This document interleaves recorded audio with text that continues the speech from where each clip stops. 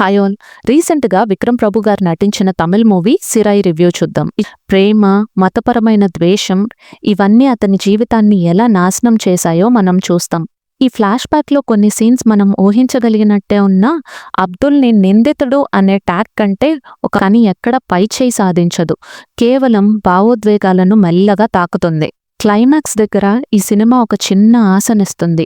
పెద్ద పెద్ద ఉపదేశాలు లేకుండా, మార్పులు చూపకుండా చిన్న చిన్న మానవత్వపు నిర్ణయాలు మన జీవితంలో ఎంత ప్రభావం చూపగలవో గుర్తుచేస్తుంది. మన సిస్టంలో చిన్న తప్పులుండొచ్చు, కానీ సిస్టంలో మనుషులే మార్పుకు కారణమవుతారు అని నెమ్మదిగా నడుస్తుంది, కానీ మనసులో ఆగిపోతుంది.